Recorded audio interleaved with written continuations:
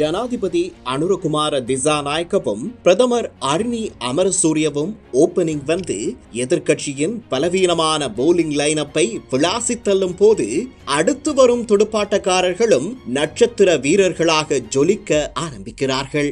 அப்படி ஒரு நட்சத்திர ஆட்டக்காரரின் ஆட்டத்தை பற்றிதான் இன்றைய நிழலின் உண்மை முகம் தொடர் அலசுகிறது. டிட்வா புயலால் கடுமையாக சேதமடைந்த பதுளை மாவட்ட நீர்ப்பாசன அமைப்புகளை மீண்டும் உயிர்ப்பிக்கும் நோக்கத்தில் தேசிய மக்கள் சக்தி அரசாங்கம் முன்னெடுத்திருக்கும் இருவார புனரமைப்பு திட்டம் நேற்று அதிகாரப்பூர்வமாக ஆரம்பமானது. புயலால் இடிந்து கிடந்த குளங்கள், மண் சரிவால் மறைந்த கால்வாய்கள், பிளந்து விழுந்த அணைக்கட்டுகள் ஆகியவற்றை மீண்டும் செயல்பாட்டுக்கு கொண்டு வரும் இந்த முயற்சி ரீபில்டிங் ஸ்ரீலங்கா என்ற தேசிய மக்கள் சக்தியின் கொள்கைக்கு ஒரு முக்கியமான மைல்கல்லாக கருதப்படுகிறது. பதுளை மாவட்டத்தின் 50 வேலை தளங்களில் நடைபெறும் இந்த இருவார திட்டத்தின் கீழ் மொத்தம் 1020 சேதமடைந்த நீர்ப்பாசன அமைப்புகள் முழுமையாக புனரமைக்கப்பட உள்ளன.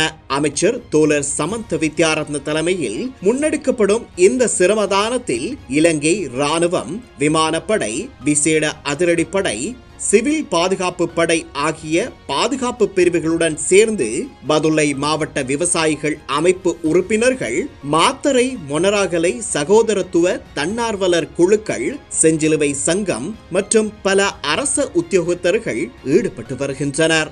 இவ்வளவு பெரிய அளவிலான கூட்டுத் தொண்டு அண்மை காலத்தில் அரிதாகவே காண கிடைப்பது குறிப்பிடத்தக்கது.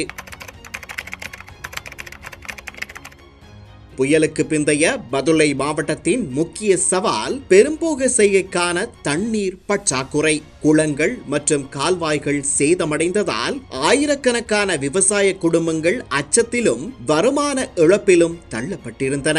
இந்த புனரமைப்பு திட்டம் நிறைவடைந்ததன் மூலம் நீர்ப்பாசன பிரச்சனைகள் கணிசமாக குறைவதுடன் பெரும்போகத்தில் அரிசி உற்பத்தி நிலைநிறுத்தப்படும் என அதிகாரிகள் நம்பிக்கை தெரிவிக்கின்றனர். விவசாய பொருளாதாரத்தை பாதுகாக்கும் நோக்கில் இந்த முயற்சி மிக முக்கியமானது. குறிப்பாக சிறுநில உரிமையாளர்களுக்கு மீண்டும் தன்னம்பிக்கை அளிக்கும் வகையில் இது செயல்படுகிறது. இந்த திட்டம் தொடங்கிய விதம், பங்கேற்ற அமைப்புகள், பங்கு பற்றிய சமூகங்கள் இவை அனைத்தும் ரீபில்டிங் ஸ்ரீலங்கா என்ற தேசிய மக்கள் சக்தி அரசாங்கத்தின் கொள்கை செயல்முறை எவ்வாறு நடைமுறையாக முன்னெடுக்கப்படுகிறது என்பதை தெளிவாக எடுத்து காட்டுகின்றன. ஊழல் குறைத்து செயல்முறைகளை எளிமைப்படுத்தி சமூக பங்கேற்பும் அரச பொறுப்பும் ஒன்றிணைந்து செயல்படும் புதிய ஆட்சி முறை பதுளை மாவட்டத்தில் காணப்படுகிறது. இது வெறும் இயந்திர தொழில்நுட்ப புனரமைப்பு அல்ல, இது ஒரு சமூக இயக்கம், ஒரு ஒற்றுமை வேலை திட்டம்.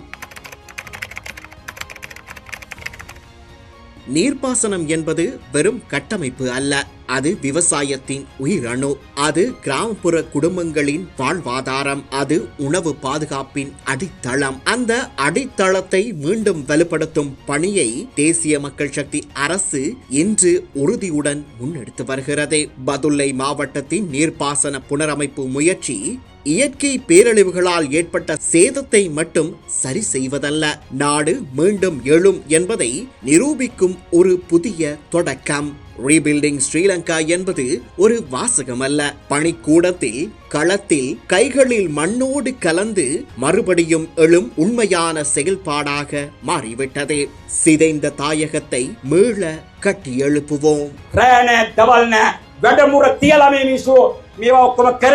ඔබත් යන්න ඇලට කෙතට වැබට යන්න රෑ දවල් නැතුව අපේ මිනිස්සුන්ට දියවර සපයමු.